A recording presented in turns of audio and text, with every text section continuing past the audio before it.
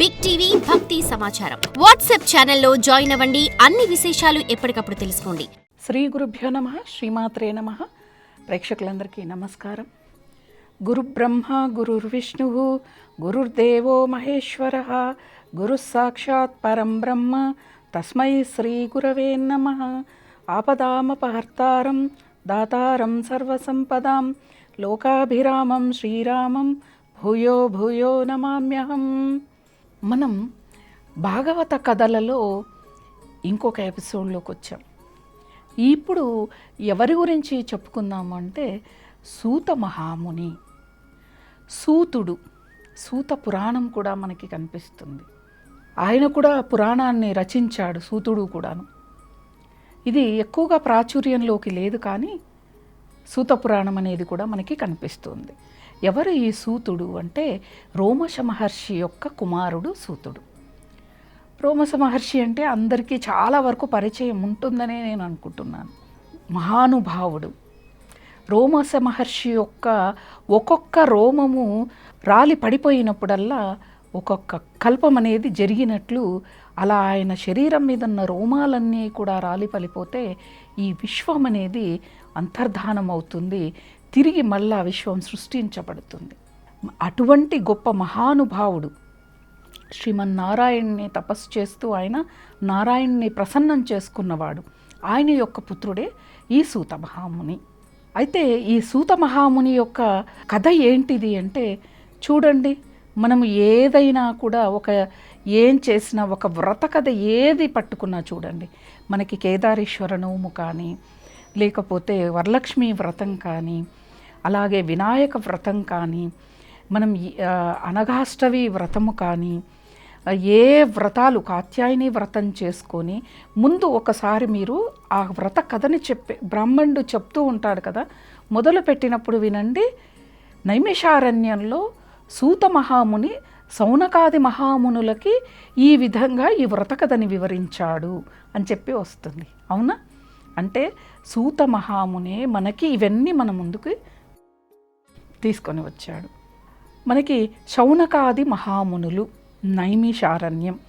ఈ మధ్యకాలంలో అందరూ కూడా కాశీకి వెళ్ళి, అయోధ్యకు వెళ్ళి అక్కడున్న నైమిషారణ్యం వెళ్ళాము, అక్కడ తిరుగుడు బావిలో తిరిగి వచ్చామని చెప్తూ ఉంటారు.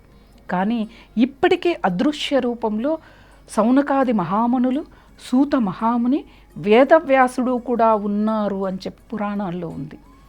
అదృశ్య రూపంలో ఉంటారు. మనము అంత మనకి సాధనా శక్తి ఉండి నైమిషారణ్యంలో ఉన్న ఆ తప ప్రభావాన్ని మనము చూడాలి అని అనుకున్నప్పుడు మన యొక్క సాధనా శక్తి కూడా అంత అధికంగా ఉండాలి.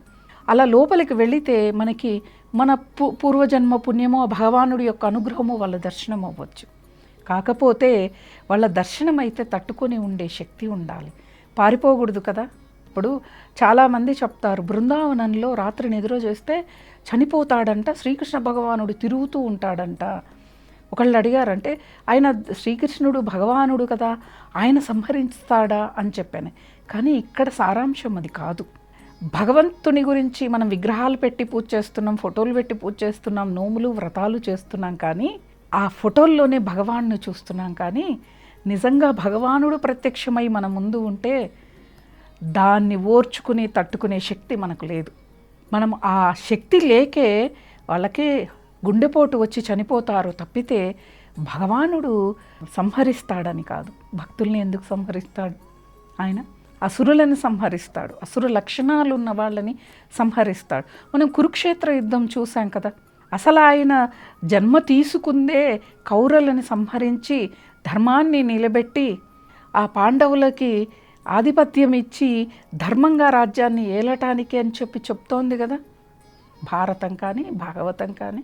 మరి అటువంటి భగవానుడు అక్కడ ప్రత్యక్షమైతే మనల్ని చంపేస్తాడనేది చాలా అబద్ధపు మాట, అలా అనకూడదు కూడా. ఇప్పుడు అంతమంది ఉన్నారు కదా కురుక్షేత్ర ప్రాంగణంలో, ఆ ప్రాంగణంలో అర్జునుడికి మాత్రమే విశ్వరూప దర్శనం ఇచ్చాడు అంటే ఆ విశ్వరూప దర్శనాన్ని చూసి తట్టుకునే శక్తి ఒక అర్జునుడికి మాత్రమే ఉంది. అర్జునుడు గొప్ప సాధకుడు. ఆయన ఎలా ఏ సమయంలో ఏది ఎలా చేయాలి అని చెప్పానని ఆయనకి ఎంతో చక్కగా తెలుసు. కాకపోతే కొంత కర్మ అనుభవించాలి కాబట్టి వాళ్ళు అజ్ఞాతవాసానికి వెళ్ళవలసి వచ్చింది. కానీ ఇంకా ఏదీ కాదు, ఇదంతా కూడా ఒక సృష్టి చక్రంలాగా మనకి, అంటే అది జరగవలసిన కార్యం అన్నమాట, జరిగి తీరవలసిందే. భగవానుడు ఆయన అవతారం ఎత్తి భక్తులని కాపాడి ధర్మాన్ని నిలబెట్టడానికి అవతారం తీసుకున్నాడు. అలా మనం ఈ సౌనకాది మహామునుల్ని, సూత మహర్షిని, వేదవ్యాసుని మనం అక్కడ చూసి తట్టుకునే ఆధ్యాత్మిక శక్తి మనకు ఉండదు. కాబట్టి కాకపోతే ఆ ప్రాంతమందు నడయాడినప్పుడు ఒక్కసారి నేను ఇప్పుడు చెప్పా కదా అక్కడ ఉన్నారని ఒక్కసారి మీరు మనసులో తలుచుకుంటే అక్కడ ఉన్న ఆ తపశక్తిని కొంత మనము స్వీకరించగలం.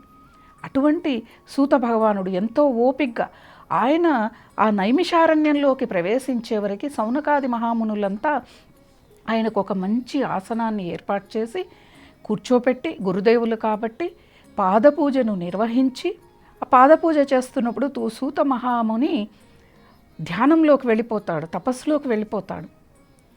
అదంతా వాళ్ళు పాదపూజ అంతా పూర్తి అయిపోయిన తర్వాత ఆయన ముందు కూర్చొని సౌనకాది మహామునులందరూ కూడా ధ్యానం చేయటం. ఇప్పుడు మనం చూస్తూ ఉన్నాం, ధ్యాన కేంద్రాలు చాలా ఉన్నాయి. ఆ కేంద్రాన్ని స్థాపించిన ఆ యొక్క గురువు సమక్షంలో ధ్యానం చేస్తే అత్యధిక శక్తిని మనకు లభిస్తుందండి.